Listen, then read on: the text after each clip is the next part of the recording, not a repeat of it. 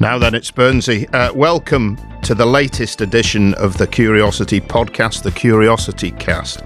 Every episode, we take questions asked by members of the public in Hull and try to get them the best answers from the very best brains in the city of Hull. Not all questions are about Hull. They can be about whatever you want to discover. Having said that, this episode is a little unusual, is a little different. We've abandoned our usual environment of the Central Library and the CuriosityCast is on tour. We're making a house visit and you'll realise it's appropriate when we tell you whose house we're in. He's a man who's possibly the only person in Hull worthy of the title living legend. On the very day we're talking, his music venue, the world-famous Adelphi Club, celebrates its 40th anniversary. 4 decades have seen hard work, bad times, struggles, even legal battles, but have also given the people of Hull and beyond some of the greatest nights of their lives, me included in that. We've seen future superstars perform under his living room, because he lived above the club, and provided tens of thousands of budding musicians their first foot on a real stage. You know by now, hopefully, who we're talking about. It is the legend himself, Paul Jackson. Jacko, how are you, son? It's nice to see you. Oh, I'm as good as I can be. I'm missing my work. Although I'm still up to my ears in the Adelphi. There's loads going on at the moment. Like they're trying to get a new bar and various sort of massive changes to the place to finish before tomorrow, the anniversary. I'm really curious to get there and see what they've managed. They gave themselves a couple of weeks to do a massive amount of work. But I'm still very much involved in the Adelphi and the day-to-day running. There's a great team there. I always want it to be better. I always want things to be better. Yeah. Like I always want Hull to be better. I love Hull in the way that you love Hull. I love Hull as much as anybody I know, and I've seen you work. You know, in your day, I've seen you working. It's like Hull Central. You just need to sort of be a part of everything and get your snout into everybody's business and get to the bottom of it. And you know, Hull talks about itself. It tries to talk itself up, and I always want it to be better, no matter how good it is. And there are great things about Hull, but we always need to be better. Well, it's in the same way as I love my country. You know, I just want it to be better, and I'm afraid the country is not very good at the moment. Oh well, Jacko, let's not go into that. Let's not digress. That would take the bulk of these 2 episodes of the CuriosityCast. I'm never happy with anything. I always want things to be better. That's fundamental to my nature. Well, is it worth explaining this? Producer Dave, yes, of course you can. The Adelphi, although Paul's run it for the best part of 40 years, it's now in the hands of a community interest company. Yes, and so there's young hands running it day to day while Paul has oversight. Yeah.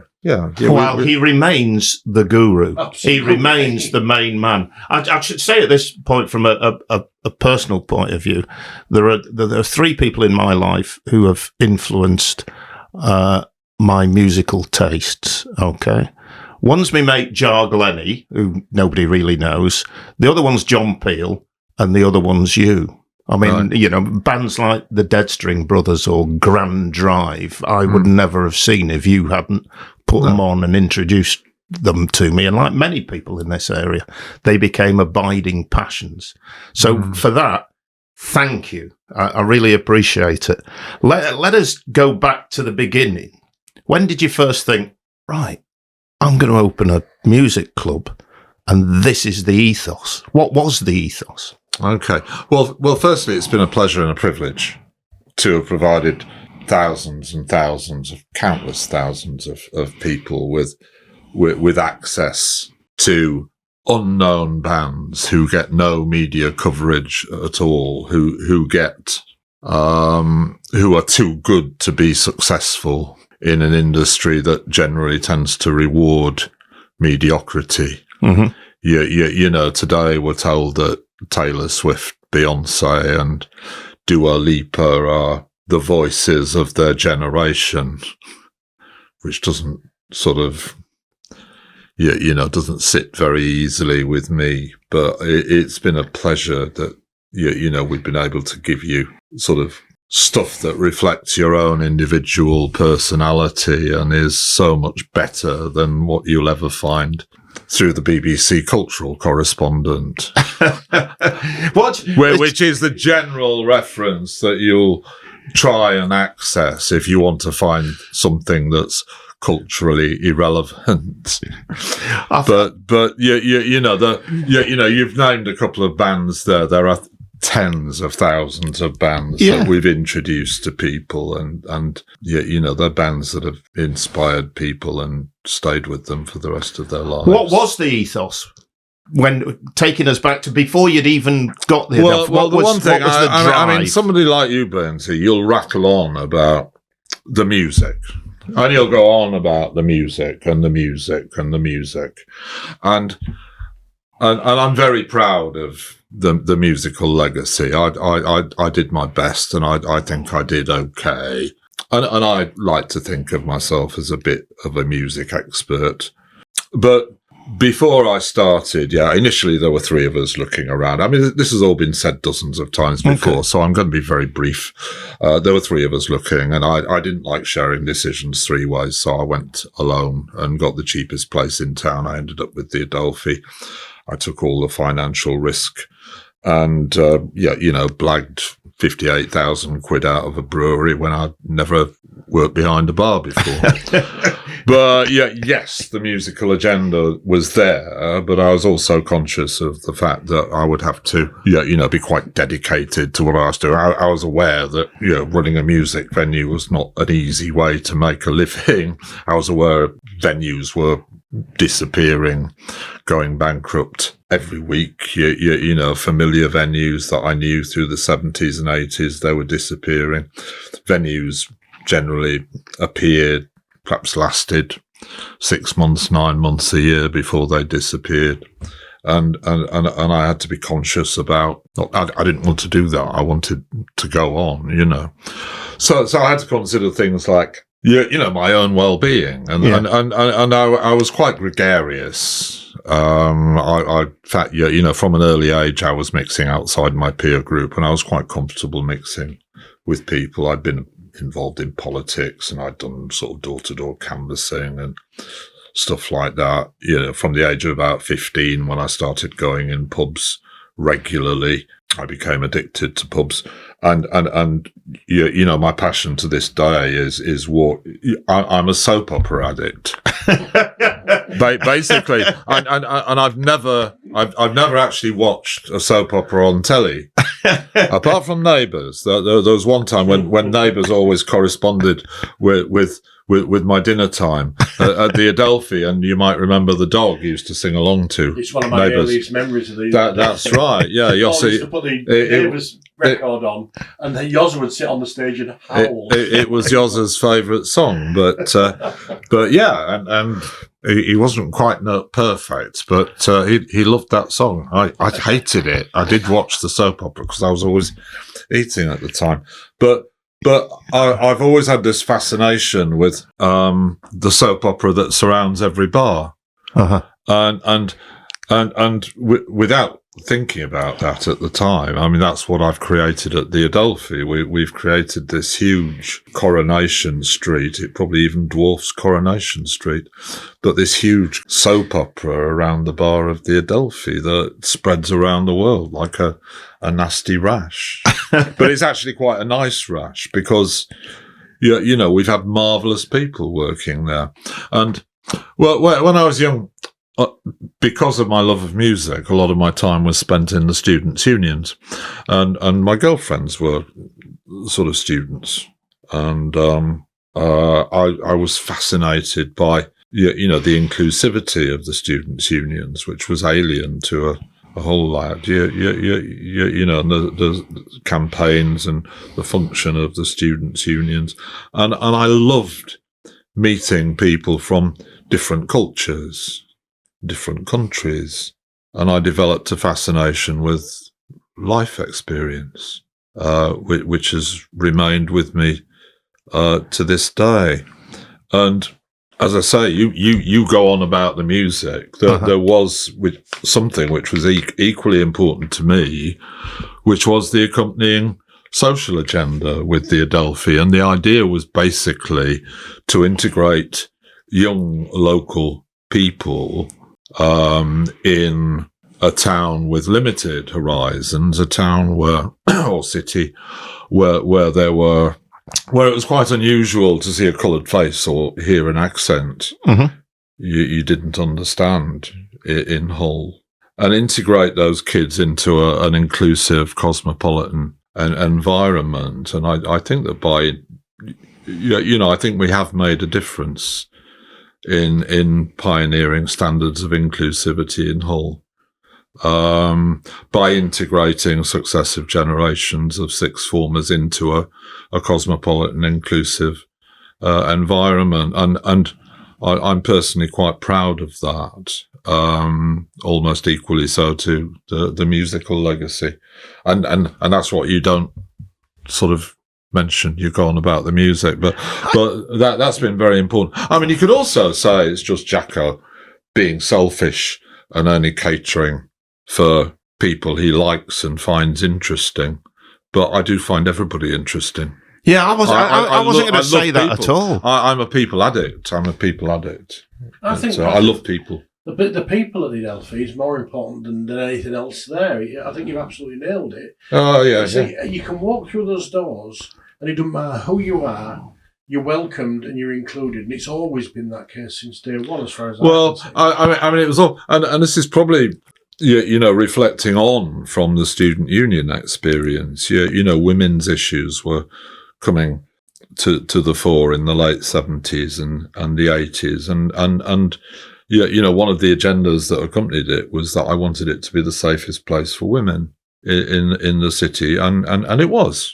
I wanted it to be a place where a woman could come alone and be treated like a human being, and that was very important to me. And I mean, I shall go to my grave a single man.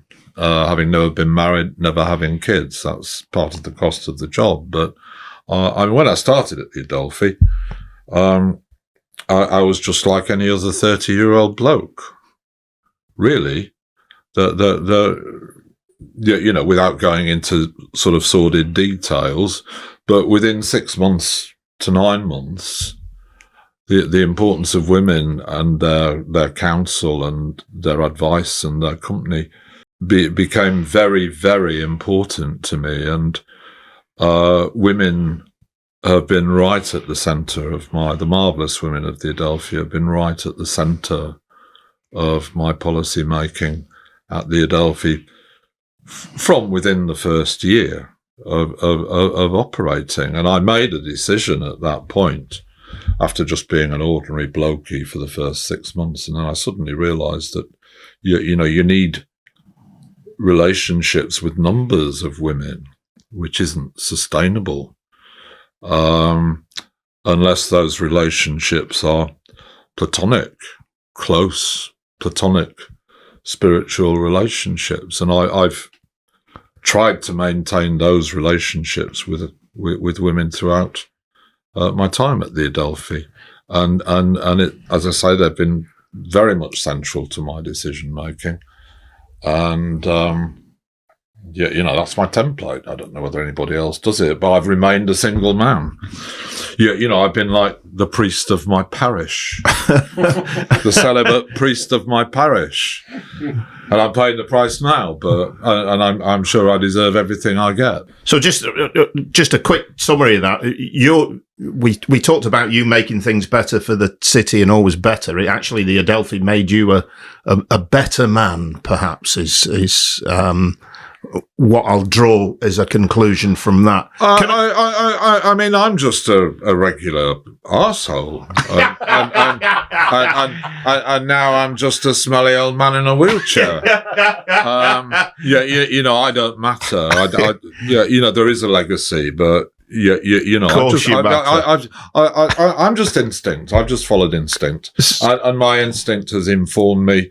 And I've made a lot of mistakes, but I've done a lot of things pretty well, I think. I'm just wondering whether the CuriosityCast budget stretches to a bleep button, but we will find out in the fullness of time in post-production from producer Dave. Now, Dave, like many, I don't know, hundreds or thousands of people in this area, had an opportunity through the Adelphi to do stuff. What was your booking policy? Because you gave everybody a chance. I think Dave got a chance somewhere in there. What was your booking policy, and did it change? It was local. Giving a platform for local talent was always fundamental, including people starting out on their career. Because again, I was selfish. One of the great pleasures is seeing a band play a debut gig and watching them get better and talking them through it. When a band starts, the debut gig, I mean, some of them will rehearse for years before playing their first gig, and they're often quite polished, but more often than not, it'll be pretty ropey with a debut gig. But then you'll watch them get better, and they go through phases. If you've got a young band, that you'll often find that as they get tighter, which you know what I mean by tighter, the material would start off at a certain tempo, and as they get tighter, it starts to quicken up. The guitarist and the drummer say, "Oh, it's real," and as they get tighter, they get faster and faster, and the material loses its substance. Yes. As a consequence, you're playing it, just slow it down again. And you talk to them about things like that, but it happens with so many bands, and you talk to them, and I've had that relationship with bands. They always come up and ask what you think, and I find that really interesting. But the great pleasure is seeing them getting better. Yeah. Were you ever brutal with them, or any of them, and say no? Right. I just wondered. I didn't. I mean, I've been critical, yes, but in a good way, though. In a constructive way, yeah. Right. Yeah. I'm not a cruel person. I don't think I'm a cruel person. I mean, try and find somebody who I've been cruel to. No, I never get set off on the mission. It'd be pointless. Dave, you wanted to make a point. Speaking of somebody who went through the Adelphi doors when I was a bewildered 16, 17-year-old in the mid-80s. What amazed me was me and three mates practiced enough to get 15 minutes of music together. Not covers or anything, because we couldn't work anybody else's music out. Just the noise. We turned up at Adelphi and there was no, I'll have to hear a tape or I'll have to come and see you. Paul just said yes. And that yes was incredible, because a week and a half, 2 weeks later, you're playing, and it was my first experience and our first experience of monitors and sound men. And actually lifting yourself 2 foot off the floor on a stage. And then the audience reaction. And all that was, you can play in rehearsal rooms for years on end. That 15 minutes in front of your first audience was inspirational. You just learn so much, and it suddenly wipes out 90% of what you've done because it doesn't work. Well, yeah, imagine me and the pleasure I get from seeing that. That gives me pleasure. But what was great was and you were very positive, I remember, and instantly when we went back and said, can we come again, it was yes. There was never, I don't know anybody that's ever got a no from Paul. And that, in terms of inspiring musicians, is just incredible. Absolutely incredible. And it's all those yeses you gave to people. I think it will be what I take from you, Paul, is positivity all the way and encouragement all the way. And that's why you always seem to be to me. And you've hit on something there, which is a source of frustration for me, is that to do what you do is easier for lads. It's a lot harder for women. You find a woman with a room and you walk in and there's a guitar in the corner, and behind the guitar there's a load of manuscripts, paper, with words that they've written. And you said, do you play that? He said, yeah, do you want to hear me? And she gets a guitar on, she's really good. So I've written some songs. And she starts singing her songs. And she's actually really good. She's never plucked up the courage to get on a stage and express herself. And what we need at the moment, if we're going to save our species, it's a long story. Oh, blimey. Is for the voices of women to be heard more. yes, they should seize their equal opportunities in sport and everything like that, but the voices of women are still suppressed. We get to hear women who want to be men, like Suella Braverman and stuff like that, but we need women to speak on behalf of women, and we need women to talk to women around the world. It's happening in different cultures throughout the Muslim world, in Africa and Asia. At the present time, they're making progress through song and music, because it's quite difficult to sort of throw acid in the face of a woman for singing and writing, or stone them to death, or whatever. And I'd love to imagine a world in which women were talking to each other and conspiring together and getting on war cabinets alongside Benny Gantz and the like, and having their voice. I think we'd have a very different and more rational perspective on things, with the background of a political system that moves forward 1 year while the rest of the world moves forward 10, and that's been happening since the 60s. We're living in a very dysfunctional world. It needs the voice of women. It needs those women in their rooms, and there are hundreds, possibly thousands in Hull, who write words. Women are more interesting and complicated than men. They're also more expressive and articulate than men, and we need those words to come out. And that's the missing equation in women's rights and women's liberation. We need to let them in. And the Adelphi does, and offers a platform for everybody, regardless of anything. We try and encourage them. Yes. There are still lots and lots of women out there who write words, paint pictures, and they never get out there. That should be the thrust of our arts policy. You're listening to the legendary Paul Jackson, Jacko. Not legendary, please. Okay. To us, you are. I think it's whatever. You're listening to Paul Jackson, Jacko from the Adelphi, on this special episode of the CuriosityCast. In the early days, or at what point did all this click for you? Did you think, yeah, I've got this. It feels right. We've got it up and running. It feels right. It's working. I don't recall a eureka moment. Right. Okay.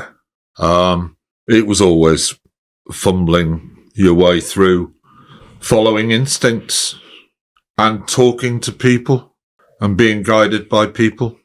There was constant pressure. I've often had people describing my job as being the most stressful job in the world. But was that financial pressure? It's any number of pressures. I don't know whether you've ever experienced being thrown against a wall by a taxman or a council official over periods of months, but it's quite difficult. Was that metaphorically or physically? Metaphorically. All right, I'm just checking. just checking in case the council leaders thinking, we've got a problem. There are things that are very stressful. Somebody will probably want to take me to court and imprison me, but at one point, the Adelphi was uninsurable, and I had to make, technically, got closed down. And I actually made the decision to sort of carry on without being insured for a year. Things like that are pressure. That's serious pressure. And after a year, I was able to get insurance. I got ripped off. I've probably paid over 40 years. I would think I'd probably put 200,000 or 300,000 quid into insurance premiums, and I've never taken more than 10,000 out. I've been a pretty safe sort of client, but there was a year when I couldn't get insured, and any number of insurance brokers could not get insured. I made the decision. I've been sued once 12 years ago. Hopefully you can get through without anybody checking on you and rumbling you, and the Adelphi is more important than I am. You're just going to have to take the risk. Yes, there are pressures, and pressures of time as well. It wasn't all nose to the grindstone work or stressful stuff such as I've just described. Must have brought you great much joy. of it. You know, it's been a joy, you know, being surrounded by people, being inspired or having a great time in the Adelphi. Much of it has been a pleasure. But I did do 7 hours a day, 20 hours a day for 35 years with no holidays. You know, I've done my bit. Because you never left it, did you? I mean, yes, you know, I started fishing again in the 90s, and there were odd breaks. You know, you know, somebody you'd have to do. Somebody would be coming over, and you'd need to spend some time for them. They'd cancel, and you think, right, it's a time allocation, sort of 6 hours, and go fishing, sort of thing. And I did that. I'd just drop everything and disappear. And if not fishing, I'd go walking in the country, or I'd take my binoculars out and go bird spotting. Or you know, I needed that counterbalance to a life of being surrounded by people trying to take a piece out of me. That counterbalance was really important, and it involved just being a part of a landscape. When you say people were trying to take a piece out of you, everybody tries to take a piece out of you, but in a malevolent way, or no, not at all. No, they were everybody as you are. You know, you're trying to bounce things off me. Everybody is trying to bounce things off you, and perhaps taking a piece out of me is the wrong term. But you know, conversations have tended to be quite incisive. People want to get something out of it, and hopefully they did. But I think they wanted to be with you, to be in your orbit and be in your club. I've no idea. Yeah, they probably did. I've spent a lot of time talking to people, which is good. Yeah, it's good. It's good. I'm proud. So you should be. I think. Yeah, you know, I think we've played a role in people's lives, and generally speaking, it's been a positive role. Oh, undoubtedly. And it's people in Hull and people outside of Hull, people around the world. Yeah, you know, I played a part in their lives. Undoubtedly. That seems like a good point to end this episode of the CuriosityCast. Paul Jackson is our guest. There will be a second part to this podcast, and we'll explore more about Paul, about the Adelphi, and we'll find out, you know, all sorts of things. We'll talk music, we'll talk people. I hope you found it fascinating. You could go on then, Jacko. And I'm going to have a fag break and a piss. And there you go. So another episode to come of the CuriosityCast. Don't forget, you can ask questions and seek answers on the Curiosity website, www.curiosityhull.co.uk. Nobody's listening. They're just really laughing now. Let's just cut to part 2, folks.